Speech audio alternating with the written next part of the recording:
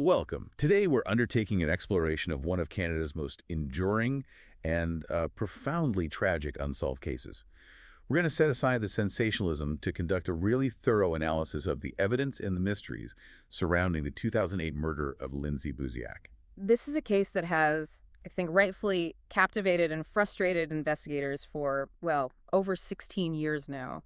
Our purpose here is to meticulously look at the facts that we have from the source material. We'll focus on the timeline, the forensic challenges, and, the various theories that have been developed and often dismissed over time. Absolutely. And at the heart of this analysis is Lindsay Elizabeth Buziak, born in 1983. At the time she was killed, she was just 24 years old. So young. Incredibly. She was an ambitious and, by all accounts, highly respected real estate agent in the Victoria area of British Columbia. Every source confirms she was popular, dedicated, a really caring young woman who was just focused on building a successful life. And it's that professional ambition that was, well, it was exploited. It was weaponized against her. The facts of the case center on February 2nd, 2008, when Lindsay was deliberately lured to a property viewing in Saanich. And the people who did this, they posed as clients. Wealthy, motivated clients. Exactly. Claiming to have $1 million budget, an urgent need to buy. What makes this so chilling is just the level of planning involved. They meticulously ensured that the murder would happen in the total isolation of an empty home.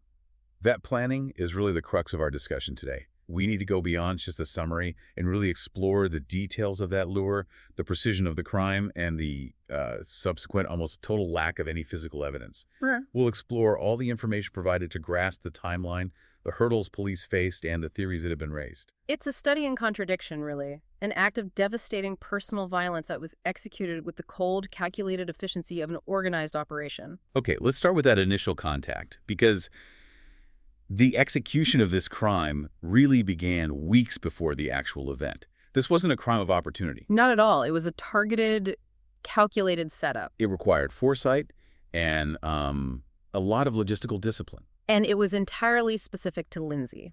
The sequence started in late January of 2008. Lindsay gets a phone call from a woman. She's claiming that she and her partner urgently need to buy a home, and she drops this budget of $1 million. A setup designed to be pretty much irresistible to any agent, especially a young, ambitious one. Of course. But the sophistication of the lure was, well, it was immediately undercut by details that caused Lindsay a lot of alarm. She was unnerved from the start. And there are two details that really stand out in the sources. First, the woman used a foreign accent. An accent that Lindsay later confided to her father she thought might be fake. And she gave a name that was, of course, later confirmed by authorities to be completely fictitious. Then there's the second detail, and this is maybe the most important one when you start thinking about the motive. The personal cell phone number. Exactly, the breach of professional protocol. Lindsay was a junior agent. She wasn't some high-profile name in the market yet. But this caller somehow got her personal cell number. They bypassed her office line completely. That detail alone suggests inside knowledge, or at least access to her private information. It's a huge red flag. A massive one. The caller had this flimsy explanation, claiming a previous client had shared the number. But Lindsay was rightly concerned about that. She saw it as highly suspicious. And she didn't keep those concerns to herself, which is crucial. She talked about it. She discussed the strange, urgent nature of the call with her father, Jeff Buziak, and also with her boyfriend, Jason Zalo. So this put her in a really difficult spot professionally, right? On one hand, she's ambitious. This is a potential $1 million sale. The commission on that alone would be a huge career achievement for her. And Jason Zalo, who worked in his family's real estate business, he encouraged her. He emphasized that financial potential. But he also tried to calm her fears. He did. He offered a clear measure of reassurance. He promised he would drive to the viewing and wait outside in his car. Just be there. And that gesture, that promise, it's a key piece of information that sets up the events of February 2nd. It does. So she had this mixture of professional excitement, but also this deep personal apprehension leading up to the appointment. It was set for 5:30 p.m. Saturday, February 2nd, 2008, at a property she found on D'Souza Place. Before we get into the timeline of that day, we should probably touch on the context of the key people here, particularly the Zalo family. Right. Lindsay was ambitious, but her relationship with Jason Zalo connected her to a very powerful, very wealthy family. They ran a prominent, successful real estate business in the area. And that context is important because, as we'll get into, the family's connections, their business associates, they inevitably became a focus for investigators. It seems like from the moment that phone rang, Lindsay she was pulled into a situation where the person on the other end already had an incredible amount of information about her life. Whether it was professional or personal? Exactly. It indicates this entire process was highly individualized. They didn't just target an agent, they targeted Lindsay Buziak specifically. Which is a key element that continually brings investigators back to this idea of a personal motive, not a random one. So let's move into the day of the murder. The timeline here isn't just precise, it's rigidly documented. Every single minute played a role. Yeah, the day started normally enough. Lindsay and Jason Zalo had a late lunch together. The sources even give us the exact time they paid the bill. 4 p.m., just over an hour before the appointment. And then they separated, took their own cars. Lindsay probably went home to get changed for the viewing. Zalo, meanwhile, he headed to an auto repair shop to pick up a colleague. And crucially, the sources note that he was running late for that pickup. That delay is paramount, isn't it? It is, because we have definitive time-stamped CCTV footage from that auto shop. It proves Zalo was leaving with his colleague at exactly 5:30 p.m. The precise moment the viewing was scheduled to begin. Exactly. It places him definitively across town at the exact second the viewing started. It immediately establishes a hard alibi for him. And he was delayed. They were texting back and forth, so Lindsay would have known he wasn't there yet. Correct. Let's look at the location. Number 1702, D'Souza Place in Saanich. This is key geographical context. It's a small cul-de-sac. Limited parking, only 4 houses. But the specific property, the one Buziak chose or, maybe was steered toward, it was strategically placed. It's at the outer end of the cul-de-sac. And its back garden fence ran parallel to a main busy street. Torquay Drive. And this layout, it effectively created a natural, low-visibility escape route away from the tight confines of the cul-de-sac and directly onto a major road. The caller had implied she was coming alone. But when Lindsay got there, 2 people were waiting for her. A man and a woman. And this is where the witness sightings are so important. At about 5:30 p.m., 2 witnesses saw a couple walking up that cul-de-sac. And they gave specific descriptions. Very specific. The man was a 6-foot-tall white man with dark hair. The woman, blonde-haired, estimated to be between 35 and 45. And a very distinctive detail. The woman was wearing a distinctively patterned dress. Something investigators would have really latched onto. For sure. And their interactions are equally significant. The witnesses noted Lindsay greeted the couple, shook their hands, in a way that clearly showed this was a first-time meeting. No familiarity at all. The lure had worked. It had. Then they all entered the house together. Now Zalo enters the scene. He and his colleague arrive at D'Souza Place shortly after 5:40, probably around 5:40 p.m. He said he saw a figure moving through the mottled glass of the front door. He parked his car, he waited for about 10 minutes, and then, in a decision that tragically played right into the killer's hands, he drove away to wait on another street nearby. And his explanation was pretty straightforward, right? He said he didn't want to be a nosy, interfering boyfriend. He wanted to give her space. It's a completely understandable human impulse to give a colleague space during a business meeting. But in the context of this timeline, that pause, that 10 minutes of driving away is just critical. It bought the killers an additional window of time. An enormous one. It allowed them to proceed without the stress of Zalo sitting right there watching the front door. So after waiting another 10 minutes on that other street, Zalo texted Lindsay, asked if she was okay. And that message was never opened. Never read. So we've got roughly 20 minutes from the time Zalo first arrived to this point. He drives immediately back to the property. He tries the front door, finds it locked. And through that obscured glass, he could see her shoes in the entry hall, suggesting she'd, settled in. But there was no movement, no response to his knocking. This is where the panic sets in, and he dials 911. While Zalo was on the phone with the emergency operator at the locked front door, his colleague starts looking around the outside of the house. And the colleague finds a gap in the back garden fence, a pre-existing gap wide enough to slip through. And he notices the back patio door is wide open. So he calls out to Zalo. Right. Zalo's still on the phone with 911. He immediately tells the operator they're going in through the back, and then, crucially, he ends the call. His colleague goes in, runs through the house, and unlocks the front door for Zalo. And Zalo runs upstairs and finds Lindsay dead in the master bedroom. It's an incredibly tight, frantic timeline. The police had to reconstruct all of their movements minute by minute. And they used not only the 911 call logs, but that CCTV alibi to confirm that Zalo and his colleague only arrived after the murder had occurred. That they were reacting to a horrifying scene, not participating in it. The sheer speed of the murder is just highlighted by this timeline. The suspects had to get in, isolate Lindsay, attack her, and then try to make their escape, all within that tiny 10 to 20-minute window. Between 5:30 and Zayler's final return to the house, it's astonishingly fast. The moment emergency services arrived, the picture of the crime became, well, it was clear in its brutality, but just utterly opaque in its investigative potential. Lindsay Buziak was pronounced dead at the scene. Stabbed multiple times. Yeah. And the crime scene analysis itself offers some of the most chilling insights into the nature of the attack. Crucially, there were no defensive wounds. None. What does that tell us? It's overwhelming evidence that Lindsay likely had no warning. It suggests she was targeted in a sudden, overwhelming attack, most likely from behind. It just speaks to the cold efficiency of the execution. And this is where that contradiction really begins. You have this act of extreme intimate violence. Multiple stabbings suggest rage, intense personal motivation. But the logistics were clinically clean. Nothing was stolen. It wasn't a robbery. She wasn't sexually assaulted. The sole intent was clearly murder. As is standard procedure, Zalo and his colleague were taken into custody. I questioned extensively, but the timestamp surveillance footage, the 911 calls, their verified movements, it all ensured they were quickly released without charge. And the sources confirmed Zalo has maintained complete cooperation with authorities for years, including passing a polygraph test.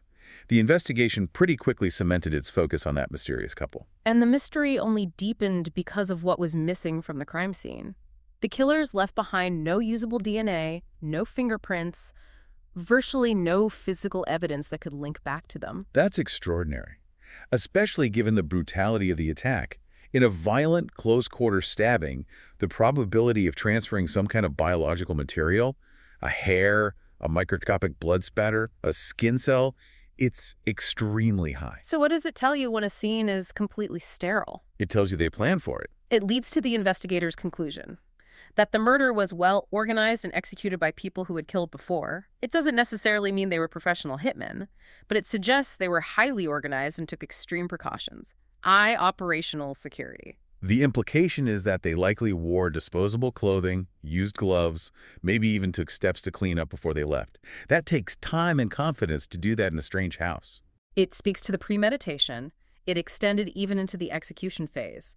And that sterile scene, it supports the police's primary theory about the escape route. Right. They believe that when Jason Zalo first arrived at 5:40, the killers were just about to walk out the front door. But Zalo's arrival at that cul-de-sac forced a last-second tactical shift. A pivot. Precisely. They suddenly pivoted, fled through the back patio door, which is why it was found wide open, slipped through that gap in the garden fence, and made a dash for a getaway vehicle. And that vehicle was highly likely waiting on the busy Torquay Drive. Which avoids the visibility and the potential bottleneck of that small cul-de-sac. And this theory is strongly supported by those witness accounts we talked about. The witnesses saw the man and woman walking up the cul-de-sac, implying they didn't park there. By parking on the main road, they minimized the chances of their vehicle being identified or even recalled by neighbors. The meticulousness is truly chilling. They planned the perfect location, the house at the end of the cul-de-sac with the strategic back exit, and the perfect timing. End of the day, low visibility, clean escape route. That lack of forensics is the ultimate testament to their preparation.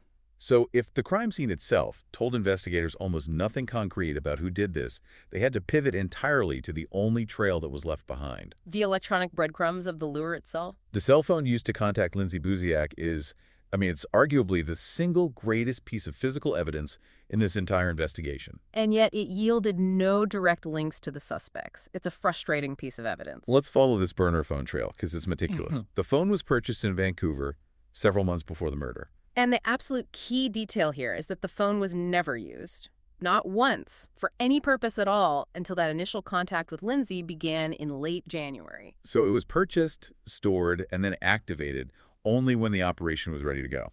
It was activated under the fake name Paulo Rodriguez. Authorities quickly figured out this identity was fictitious, completely disconnected from the real world. And the phone was registered to a legitimate business address in Vancouver. But investigators believe that business had no connection. The address was simply chosen at random to provide this this superficial veneer of legitimacy. This level of operational security, it just speaks volumes about the planning. Yeah. They weren't just using a burner phone. They were making sure that everything associated with that phone, the name, the address, the usage history, was untraceable. And the cell tower data confirmed the logistical scope of the plan.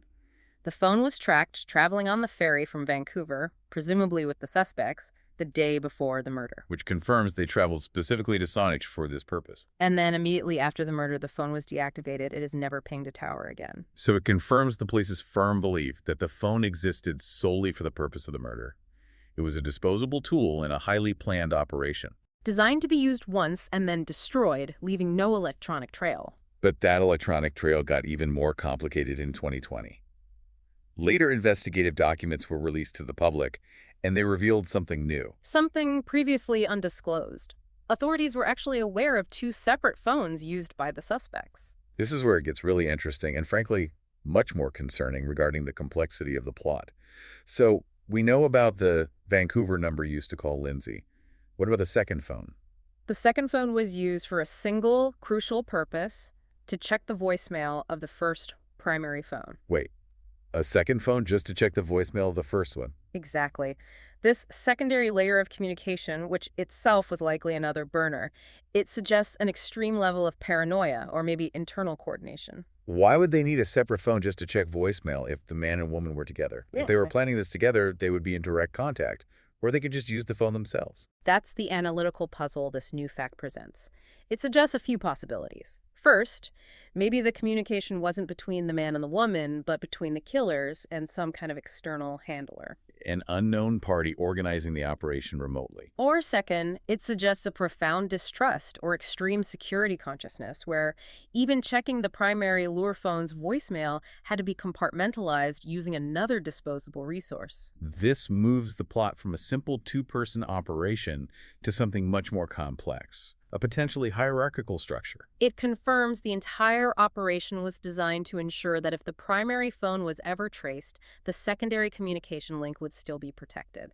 It just emphasizes how professional the planning was. So moving on from that digital trail, investigators, of course, had to examine Lindsay's real-world connections, and that brings them to the Zalo family, given the strange location of the murder. The fact that the murder happened on D'Souza Court it's not random. No. D'Souza Court is named after Joe D'Souza, a major local developer. And D'Souza happened to be a friend and business associate of Jason's mother, Shirley Zalo. The fact that the murder happened on a street with this specific localized connection was highly suspicious to investigators. And the sources confirmed that D'Souza himself was supervising construction work near that location about an hour before the murder took place. So this proximity of known associates to the chosen murder location, it necessitated a very thorough, very difficult investigation into the Zalo network, their business, their relationships. The public is naturally curious about that connection. And this location detail, it strongly suggests the killer had access to inside local knowledge, not just picking a random empty house. However, we have to reiterate the formal stance of the police. After an extensive investigation, no one in the Zalo family is considered a suspect in Lindsay's murder. That connection was explored and ultimately cleared. So the focus then broadened to other possibilities, specifically the theory that this could have been related to organized crime. The drug cartel theory. This gained a lot of prominence in 2010 after a Dateline episode covered the case. And it stemmed from the fact that in December 2007, just weeks before her murder, Lindsay had tried to contact a friend of her ex-boyfriend. Right, while she was visiting Calgary. And that specific friend was arrested in January 2008 in what was, at the time, the largest drug bust in Alberta's history.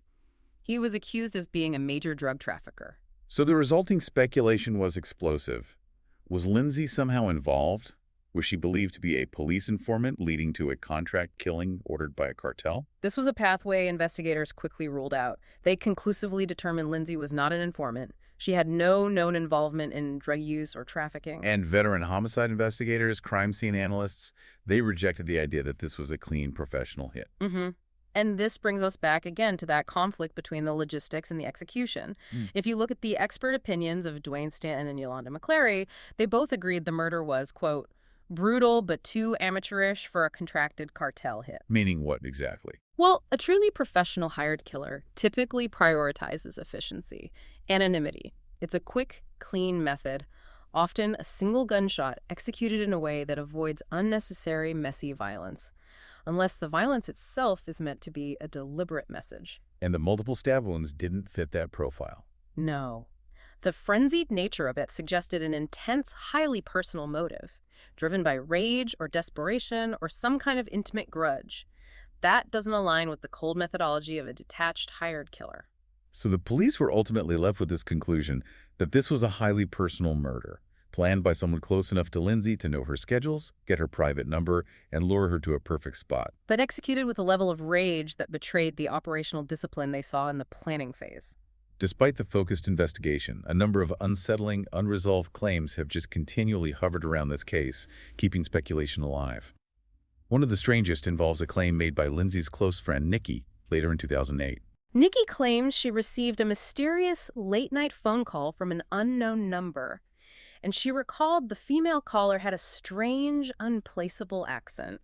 A detail that immediately ties back to Lindsay's description of the client's accent, which she thought might be faked. Exactly. And the story takes an immediate turn toward that complex network around the victim. Nikki, disturbed by the call, called the number back repeatedly. The sources say 20 or 30 times. Until eventually, Shirley Zalo, Jason's mother, answered the phone. And when Nikki demanded to know why Shirley Zalo had called her, Shirley offered an explanation. She claimed she had intended to call her secretary, who was also named Nikki. And she presumed Jason must have accidentally added the friend's number to her contact list, which led to the misdial. Now, here's the crucial ambiguity. Shirley Zalo vehemently denies this ever happened. She denies making the call, denies having that conversation. And has never been publicly confirmed whether authorities were able to definitively investigate Nikki's claim or verify the origin of that strange call. It just creates this investigative dead end. It's rooted in conflicting testimony about a piece of anecdotal yet highly suggestive evidence. In a case already filled with contradictions, this only added to the public suspicion. The police investigation, however, continued to rely on verifiable documents, some of which only came out years later. The 2020 public records release revealed previously unpublished information that brought a new dimension to the case. Lindsay's digital footprint. Yes, the documents revealed that police discovered unusual internet activity associated with Lindsay before her murder. And this immediately opens up a new avenue of inquiry. What constitutes unusual activity? It could be anything.